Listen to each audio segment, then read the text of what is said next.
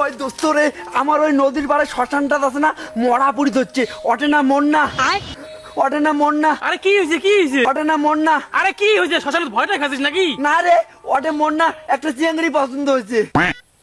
কেমন ছাগল রে তুই?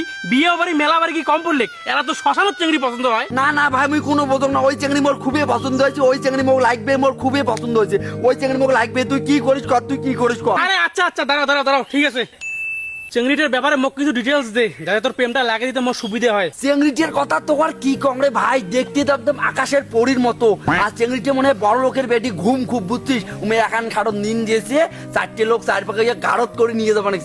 তুই ঠাকুর ভক্ত আছো তো চিংড়িটে, বাপরে কপালত হরে কৃষ্ণ লেখা, আর ফেসি গুলো মনে হয় করে বুঝছিস তো, চোখ তুলসীর পাতা। চুপ চুপ চুপ, বোকাচোদা! চিংড়ির নেশায় এতটা পাগল হয়ে গেছিস যে বত্তা মারা শখটা ভুলে গেছিস। মানে তুই এক চাইস তো নাকি? চাইস তো? যা দিকে ধাপে মন নে, তাহলে দেখা পাবো। মাইরি জানতাম মরিস। আরে এটা কোন গান্ডু সুতা রে?